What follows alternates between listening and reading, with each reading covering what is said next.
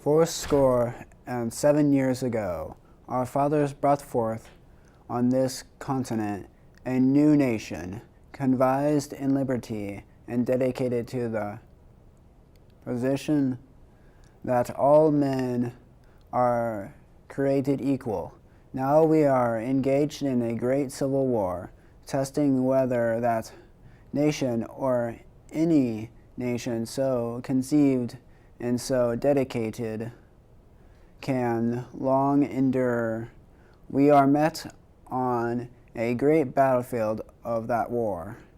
We have come to dedicate a portion of that field as a final resting place for those who here gave their lives that that nation might live.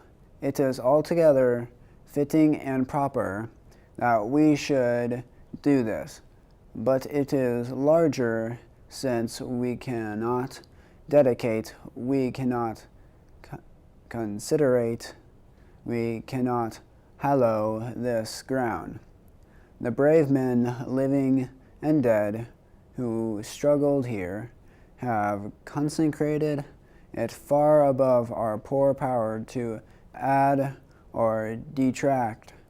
The world will little note, nor long remember, that we say here, but it can never forget what they did here. It is for us, the living, rather to be dedicated here to the unfinished work which they who fought here have thus far so nobly advanced.